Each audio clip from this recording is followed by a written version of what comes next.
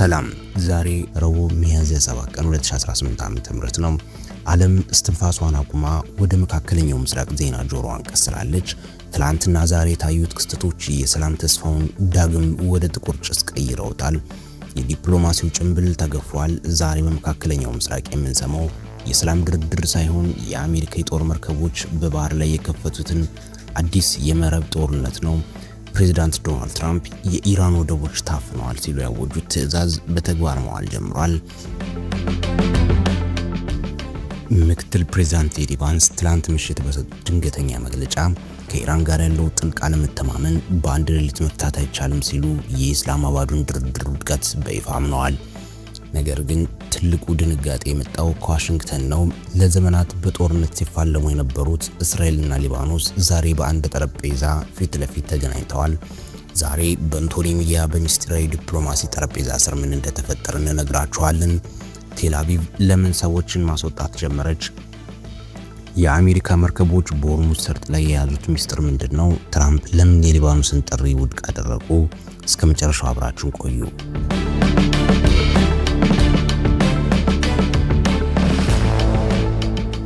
የትራምፕ የባህር ላይ አጥር ተጀመረ። የአሜሪካ መርከቦች የኢራን ታንከሮችን አገቱ። አሶሺየትድ ፕሬስ ዛሬ ረቡዕ ማለዳ ከፔንታጎን በወጣ ሰበር መረጃ መሰረት የፕሬዝዳንት ትራምፕ የባህር ላይ እገዳ በይፋ ተፈጻሚ መሆን ጀመረ። ትላንት ማክሰኞ አንድ የአሜሪካ አጥፊ መርከብ ከኢራኗ ቻ ባህር ወደብ ወጥተው ሲጓዙ የነበሩ ሁለት ግዙፍ የነዳጅ ታንከሮችን በኃይል አስቆመዋል። እንደ ወታደራዊ ተንታኞች ገለጻ መርከቦቹ ወደ መጡበት እንዲመለሱ ትዕዛዝ ተሰጥቷቸዋል። ይህ ማለት አሜሪካ በኢራን ወደቦች ላይ የብረት አጥር አጥራለች ማለት ነው። ኢራን የሆርሙዝ ሰርጥን በመዝጋቷ ትራምፕ ደግሞ ኢራን እንዳትተነፍስ ወደቧን ዘጋለሁ በሚል ምላሽ ሰጥተዋል። ይህ ስትራቴጂ ዓላማው የኢራን ኢኮኖሚ ሙሉ በሙሉ ሽባ ማድረግ ነው። ሮይተርስ እንደዘገበው የአሜሪካ መርከቦች ታንከሮችን ያስቆሙት በራዲዮ ማስጠንቀቂያ ብቻ ሳይሆን ወደ መርከቦቹ ከባድ የጦር መሳሪያ በመደገንና ሄሊኮፕተሮቹን በመርከቦች ላይ በማንዣበብ ጭምር ነው። ይህ በባህር ላይ ሊቀሰቀስ የሚችል ቀጥተኛ ጦርነት የመጀመሪያ ሊሆን ይችላል።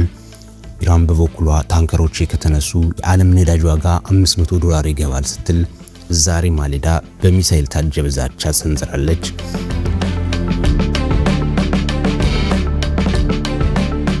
ሌላው የዋሽንግተኑ ታሪካዊ ፍጥጫ እስራኤልና ሊባኖስ ፊት ለፊት። ትላንት ማታ ማክሰኞ ዋሽንግተን የውጭ ጉዳይ መስሪያ ቤት ለሶስት አስርት ዓመታት ታይቶ የማይታወቅ ድርድር ተካሂዷል።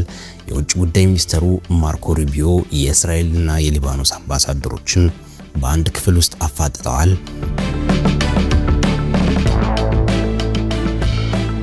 የኒውዮርክ ታይምስ የውስጥ ምንጮችን ጠቅሶ እንደዘገበው እስራኤል ሂዝቦላ ትጥቁን ካልፈታና ከድንበር 30 ኪሎ ሜትር ርቆ ካልተሸሸገ ጥቃቴን አላቆም ስትል፣ በሊባኖስ ደግሞ የመጀመሪያ ተኩስ አቁሙ ይታወጅ፣ የሰብአዊ ቀውሱ ይቁም፣ ከዚያ በኋላ ስለ ሂዝቦላ እናወራለን የሚል ግትር አቋም ይዘዋል።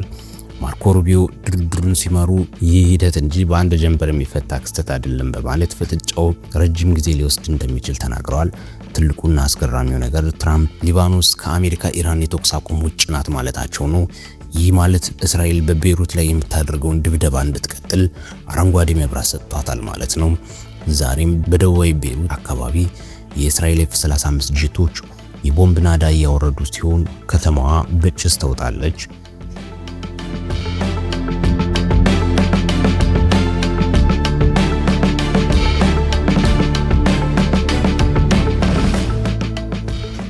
ወደ ቴል አቪቭ ስንሄድ ቴል አቪቭ የሞት ከተማ እየሆነች ነው። ቴል አቪቭ ዩኒቨርሲቲና ሀገር ውስጥ ደህንነት ሚኒስቴር የወጣ አዲስ መረጃ እንደሚያሳየው ጦርነቱ ከተጀመረ ወዲህ 35 ሰዎች ሲገደሉ ከ8000 በላይ ቆስለዋል። ነገር ግን ትልቁ ዜና የዜጎች ስነ ልቦናዊ ስብራትና ፍርሰት ነው።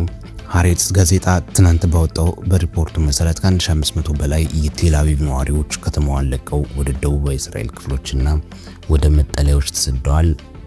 ከተማዋ በኢራን ፋታ ሚሳኤሎችና በሂዝቦላ ካሚዜ ድሮኖች በየቀኑ እየታመሰች ነው።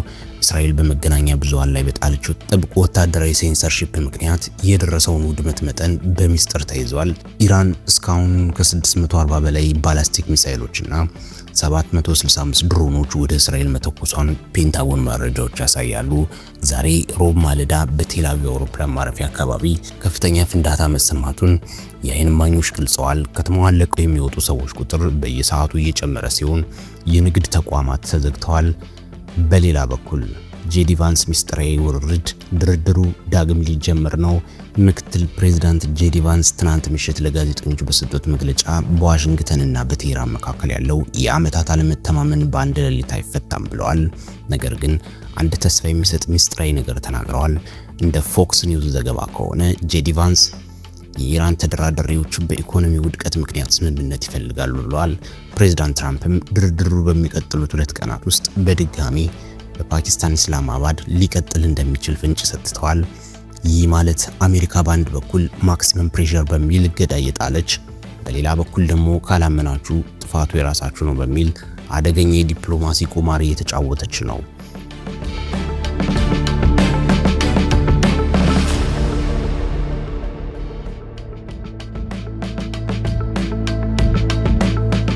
ወደ ኢራን የሰብአዊ ቀውስ ስንሄድ 3.8 ሚሊዮን ሰዎች ተጎጂ ሆነዋል። ከተባበሩት መንግስታት ድርጅት የወጣ አዲስ ሪፖርት እንደሚያሳየው በኢራን ምድር የደረሰው ውድመት እጅግ አሰቃቂ ደረጃ ላይ ደርሷል። ጦርነቱ ከተጀመረ ጀምሮ በኢራን 2100 ሲቪሎች መገደላቸውን ሪፖርቱ ያሳያል። በቴህራንና በኢስፋሃን አካባቢ ያሉ ትላልቅ የኢንዱስትሪ ማዕከላት በእስራኤል አየር ድብደባ በመውደማቸው የመጠጥ የውሃና የኤሌክትሪክ አገልግሎት ሙሉ በሙሉ ተቋርጧል። ከ3.8 ሚሊዮን በላይ ኢራናውያን ያለ መጠለያና ያለ ምግብ ለከፋ ችግር ተጋልጠዋል።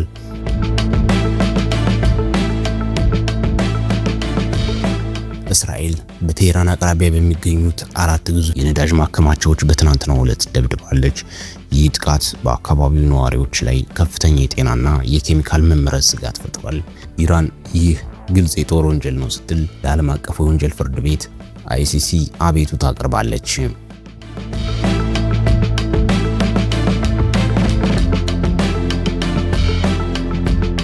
ክቡራትና ክቡራን፣ ትናንትና ዛሬ በመካከለኛው ምስራቅ የታዩት ክስተቶች ድንገተኛ አይደሉም። ትራምፕ የባህር ላይ እገዳውን ወይም ብሎኬድ መጀመራቸው ኢራንን ትንፋሽ ማሳጣት ነው።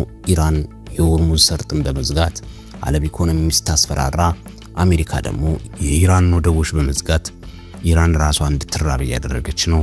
አሜሪካ ኢራን ነዳጅ ታንከሮች በኃይል ማስቆሟ ኢራን ያላትን የመጨረሻ ኢኮኖሚ ምንጭ ለመዝጋት የቆረጠች መሆኑን ያሳያል። ምክትል ፕሬዝዳንት ጄዲ ቫንስ ኢራናውያን ስምምነት ይፈልጋሉ እያሉ ዲፕሎማሲ ሲያሳዩ፣ ፕሬዝዳንት ትራምፕ ደግሞ እገዳው ይቀጥላል በማለት ጠንካራ እርምጃ ይወስዳሉ። ይህ በዲፕሎማሲው ዓለም ጉድ ኮፕ ባድ ኮፕ የተባለው ስልት ነው። ኢራንን በንግግር እያታለሉ በወታደራዊና በኢኮኖሚያዊ ኃይል ግን አንቆ የመያዝ ስልት ነው። እስራኤልም በሊባኖስ በኩል የምታደርገው ጥቃት ኢራን ያላትን የመካከለኛው ምስራቅ ቀኝ እጅ ወይም ሄዝቦላህን ሙሉ በሙሉ ለመቆራረጥ የታለመ ነው።